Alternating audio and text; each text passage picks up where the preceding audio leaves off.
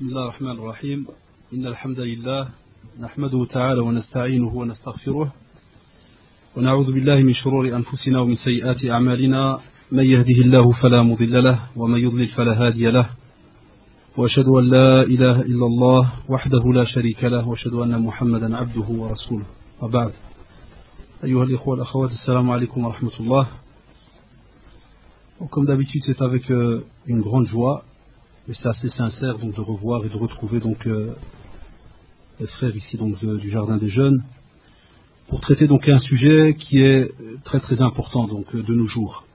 Il est un fait que la plupart d'entre nous sommes assez contents et heureux de voir que beaucoup de jeunes, alhamdoulilah, frères et sœurs, adultes aussi, reviennent vers la religion, ou bien recorrigent certaines erreurs qu'ils avaient dans leur pratique, se reposent des questions, apprennent, et on remarque à ce moment-là qu'on se retrouve des fois devant ce qu'on appelle donc un genre de dilemme assez important pour un croyant, qui est à la base le fait de vouloir du bien pour son frère, ou une sœur en islam, et ce dans les limites qu'Allah subhanahu wa ta'ala et son prophète Muhammad sallallahu alayhi wa sallam nous a imposées.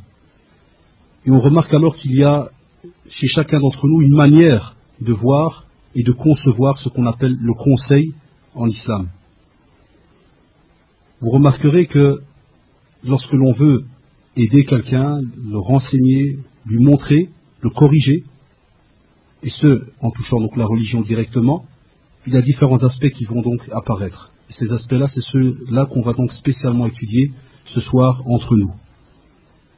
On vous dit aussi, il y a donc une manière d'étudier donc cet art qui est le fait de conseiller, et on a parlé d'un art parce que les choses ne sont pas si simples comme on pourrait des fois le penser, et on remarque que certains d'entre nous sont aussi empressés de voir les gens donc qu'ils aiment, ceux qui sont autour d'eux, de les voir revenir vers l'islam.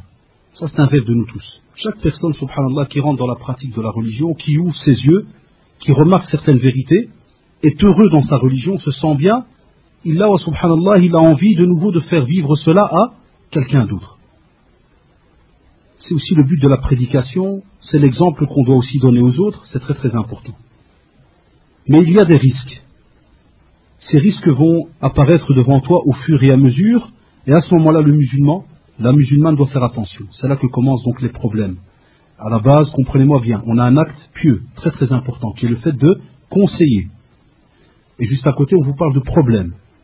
Pourquoi? Parce que si ce n'est pas fait d'une certaine manière, vous risquez de venir avec une belle intention, et puis ça risque de se terminer avec de graves problèmes, des fois même des personnes qui ne vous parlent plus, qui vous quittent, ou qui vont même des fois transformer vos propos et ainsi de suite. C'est pour cela que, parmi les aspects qu'on va étudier, il y a des fois la personne qui vient en face de toi, tu remarques chez elle certaines erreurs, ou chez lui certaines erreurs, et à ce moment-là on te dit, cette personne, est-ce que tu la connais tout d'abord? Est-ce que tu connais ses réactions? Tu sais comment est-ce qu'elle va réagir? Est-ce que tu connais ses habitudes? Pour voir si ce qu'elle vient de faire là, cette personne juste à côté de toi il y a quelques secondes, est-ce que c'est quelque chose qu'elle fait habituellement? Ou bien, subhanallah, c'est fait parce qu'elle a un problème, cette personne a un problème qui vient de lui arriver il y a quelque temps, et la réaction que cette personne a par rapport à ce problème-là, eh bien, il est peut-être étonnant pour toi, celui qui, alhamdoulilah, est dans la pratique comme il se doit. On vous dit aussi, est-ce que tu connais le caractère de cette personne? Il y a des différences entre habitude et caractère aussi. On te dit aussi, est-ce que tu connais le vécu? Et ça nous touche maintenant, nous les jeunes. Vous savez, quand quelqu'un grandit d'une certaine manière dans un quartier, par exemple, ou dans une famille, où il n'y avait pas de pratique, et puis tu rentres du jour au lendemain, alhamdoulilah, dans la pratique, à ce moment-là, quelles vont être les réactions? On sait qu'en général, des fois, on est vif. Des fois, on vous dit même, il devient dur. Avant, il souriait, maintenant, il rigole plus.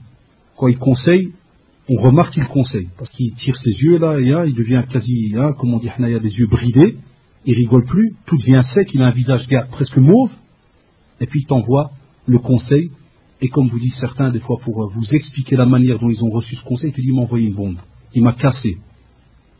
Ça, on ne voudrait pas tomber là-dedans. Alors que, subhanallah, si tu vas chez ce même frère, ou bien cette sœur qui a conseillé quelqu'un, qu'est-ce qu'on remarque? On remarque la personne qui dit non, moi je veux au contraire qu'il va au paradis, je veux qu'il ne reste pas dans le mal, je veux qu'il change, je veux ceci, je veux cela, alors que la manière qu'il a employée, au contraire, qu'est-ce qu'il a fait? Il a fait encore plus déguerpir d'être le frère là qu'il avait en face de lui. Et on oublie toujours un acteur. On a un acteur qui est toujours avec nous, qui nous suit, qui surveille, qui guette de loin. Et oui, il y a un frère qui a déjà fait une cassette là-dessus, les stratagèmes de Satan, vous connaissez. Il est là, Satan. Satan, Allah, quand tu donnes un conseil à celui que tu as donné, il ne va pas aller lui dire « Ah, vas-y, profite. Il vient de t'apporter le bénéfice de ta vie. Vas-y, saute dessus. Profite de ce conseil-là. » Il va décortiquer l'inverse, il va dire « Regarde ses yeux, comment il t'a regardé. T'as vu comment il t'a parlé. T'as vu à côté de qui il a fait cela. » Il va commencer même, alaykoum salam, il va commencer même à te sortir certains détails que tu n'as peut-être même pas remarqués. Il va te dire « T'as remarqué quand il t'a parlé, il y avait un type juste derrière lui. Tu l'as vu? Tu l'avais peut-être même pas vu. » De la honte. Le type, alors il a entendu ou pas? Et l'insan, alors il commence à travailler. C'est pour cela qu'on demande aussi de penser donc à ce vécu. Cette personne, d'où est-ce qu'elle vient? Qu'est-ce qu'elle a vécu? Sinon, avant qu'on vienne chez elle directement et qu'on lui dise voilà, c'est comme ça, 1, 2, 3, 4 points à la ligne. Aussi, d'où vient cette personne? Des fois, il y a le vécu, mais des fois, il y a aussi donc l'endroit d'où vient cette personne. Parce que le vécu, ça peut être certains problèmes familiaux, privés à lui, à l'intérieur, dans sa famille. Et d'où vient-il? Ça peut être aussi des fois par rapport à son quartier. S'il a vécu pendant 20 ans d'une certaine manière dans tel et tel quartier, c'est normal que des fois on se demande pourquoi ça prend du temps chez certains jeunes pour, subhanallah, revenir comme ça vers la religion. Directement, on se dit tiens, depuis le temps qu'on lui parle, il n'y a toujours pas de... Et c'est pour cela que ce sont là donc des questions qui nous prouve qu'aujourd'hui, conseiller est devenu un art. Il y a intérêt, comme on dit, à faire attention. De voir la manière dont on va parler. De voir le temps. À quel moment est-ce qu'on va parler à cette personne. De voir aussi les mots que l'on va choisir. De voir aussi même, c'est drôle à dire, même l'intonité. Même la tonalité, la manière dont tu vas parler. Je perds même le mot. La manière dont tu vas parler. Comment tu vas jouer avec ta voix. Vis-à-vis donc de cette personne, même ça il faut y faire attention. Comme il dirait l'autre, si jamais un jour tu viens de piquer un sprint, là, tu viens de faire un 100 mètres en courant, puis tu passes, tu vois un qui a un copain ou là, qui a fait quelque chose, puis tu t'arrêtes, en train de respirer comme un fou. Tu dis, c'est en train de faire kada, l'autre il va croire que ce qu'il vient de faire, c'est le monsiba de l'année, il va te regarder sûrement bizarrement, il dit, pourquoi il gonfle, qu'est-ce qu'il fait, qu'est-ce qu'il a dit? Alors que toi, en vérité, c'est parce que tu venais de piquer un 100 mètres, mais tu n'avais rien à voir avec lui. Toi, tu as couru pour courir. Et lui, il est tombé subhanallah sur ton chemin. Tiens, Donc, c'est pour ça qu'on dit que c'est un art. Il faut bien réfléchir pour faire en sorte que ce que tu vas apporter sur ce plateau en or, là, le conseil, qui est aussi une base qu'on retrouve dans notre religion, eh bien, ce cadeau que tu vas offrir à ton frère, eh bien, à ce moment-là, tu remarques qu'il faut absolument faire en sorte que, vous savez, un cadeau, quand on l'offre, on l'emballe bien, on le prépare, on offre la meilleure des choses, c'est vrai ou pas? Eh bien, pour le conseil, ça doit être aussi la même chose. Et j'aime rappeler que, comme vous le savez, que ce soit Satan, ou bien certains êtres humains, ils ont l'art de dévier les gens. Il y a des gens qui ont l'art de dévier les autres, avec n'importe quelle autre manière. Et des fois, toujours des manières très très belles, comme on dit. Soit par rapport à l'argent, soit par rapport aux habits, soit par rapport aux sorties, et ainsi de suite. Ils ont l'art de t'attirer. Pourquoi est-ce que nous, alors, alhamdoulilah, ceux qui se disent, sur le chemin de la droiture, ceux qui connaissent bien leur religion, ceux qui apprennent, qui sont en train d'apprendre au fur et à mesure, pourquoi est-ce qu'eux aussi ne pourraient pas apprendre l'art de conseiller donc les autres et de faire en sorte que les gens reviennent vers toi et aiment discuter avec toi et acceptent ta parole? Pourquoi? Pas parce que tu es un savant ou quoi que ce soit, puisqu'on sait bien qu'ils sont très très rares parmi nous les jeunes, ce qu'on appelle les savants. Soit des petits prédicateurs, ou bien des fois des frères qui à peine ont suivi 1 ou 2 cours, et qu'un autre jeune ou autre a vu un peu son comportement qui a changé, il est tout content, il vient chez toi. Je voudrais un conseil. Eh bien c'est là, cher frère, ou bien la sœur, si jamais elle est dans cette situation-là, c'est là que tu dois montrer en quelque sorte qu'est-ce que tu as appris, quelles sont les leçons que tu as appris du prophète Mohammed sallallahu alayhi wa sallam. C'est pour cela que nous allons donc développer ce qu'on appelle le premier point, qui est assez drôle, très simple. Il est même rattaché à ce qu'on appelle le visage, c'est ce qu'on appelle le sourire, avant même de parler. C'est très drôle. D'abord le sourire. Subhanallah, notre génération, communauté, on aime bien rigoler pour tout. Une vieille qui tombe, on rigole pendant 3 heures. Un qui est rentré dans un mur sans le remarquer, ça c'est encore 4 heures. Un qui vient, qui te dit j'ai perdu, un qui dit je me suis fait arnaquer, rigole.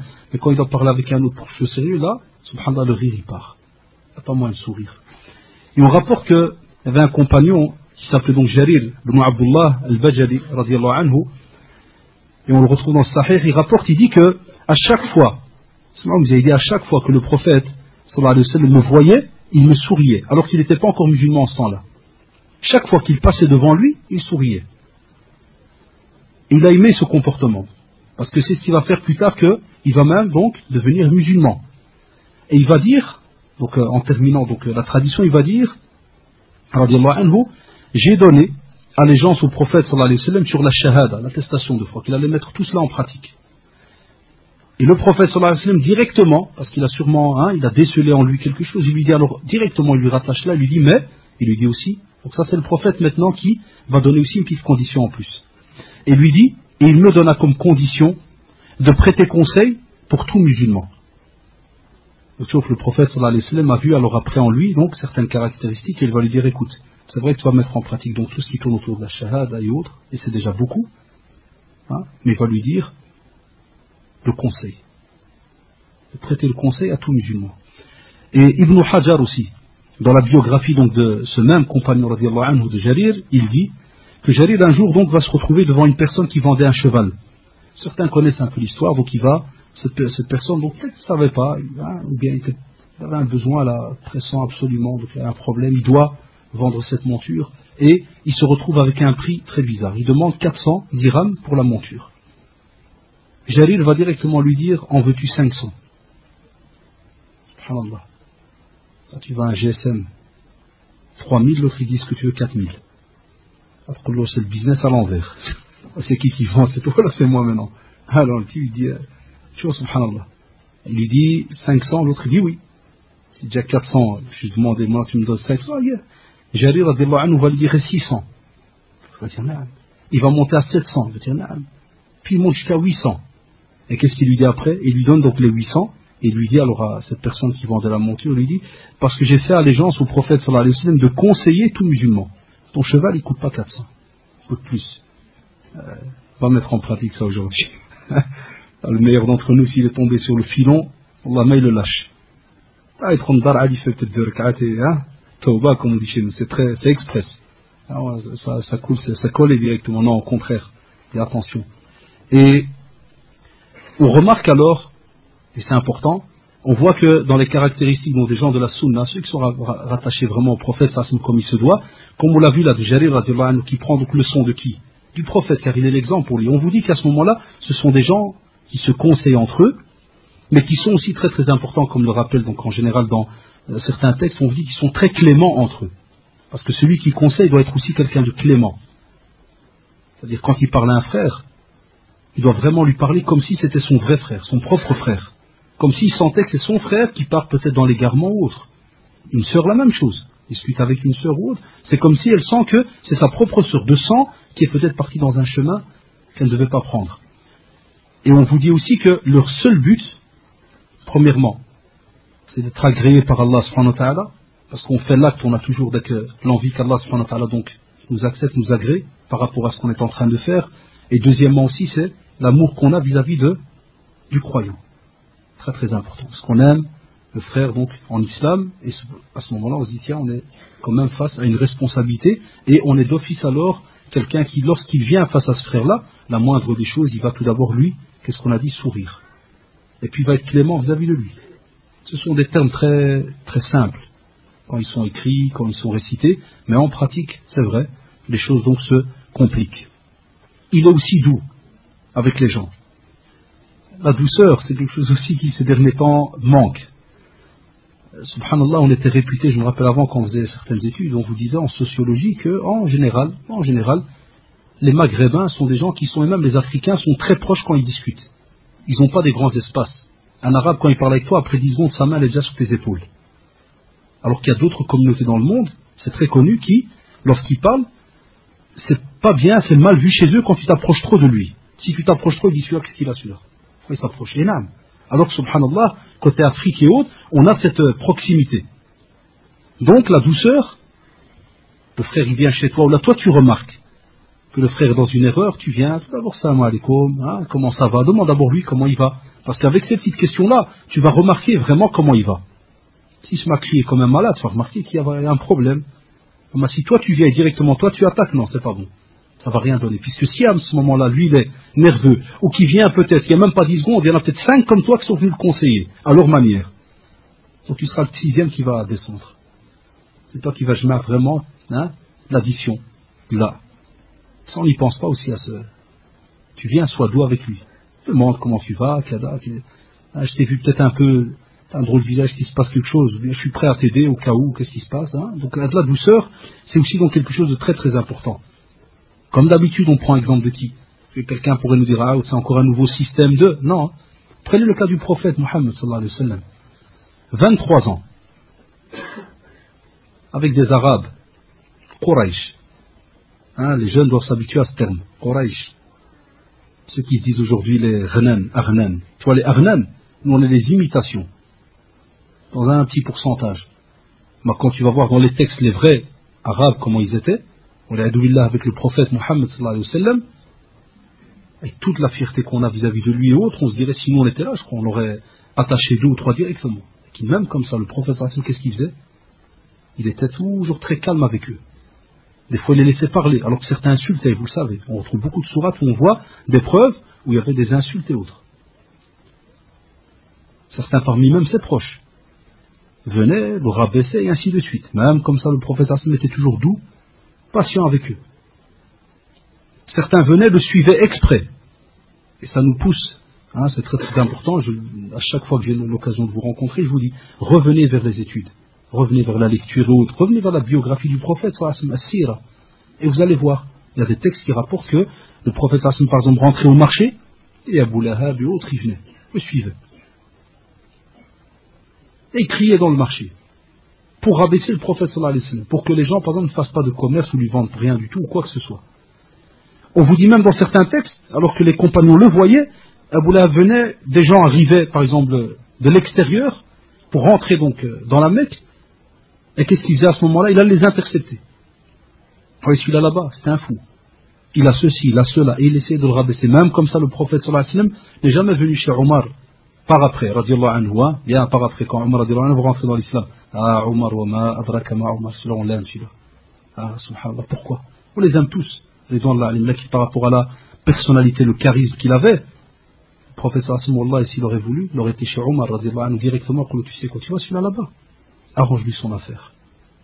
Et d'après vous, avec Omar, combien ça prend? Top chrono, combien? 10 secondes? 15 secondes? Omar, c'était pas un qui aimait trop discuter avec certains. Il avait déjà des menus. Wallah, avec certains, quand tu lis des fois certains passages, il savait comment fonctionner avec certains. Ça prenait quelques minutes, il les remettait en place. Qui même comme ça, c'est le contraire. Des fois, le professeur lui-même calmait Omar radiallahu anhu. Quand certains venaient et appelaient le prophète sallallahu alayhi wa sallam devant tout le monde, Ya Muhammad, comme ça, ce qui est rabaissant, ça se fait pas, hein? C'est un manque de respect vis-à-vis du prophète sallallahu alayhi wa sallam. Bon, on entendait des fois certains compagnons, hein, qui disaient certaines phrases qui peuvent aujourd'hui paraître choquantes et autres, mais donc comme pour lui dire, laisse-nous s'occuper de lui, même comme c'est là. Une tradition très connue de l'arabe qui est rentré, qui a uriné dans la mosquée. Hein? Pas faire ça aujourd'hui.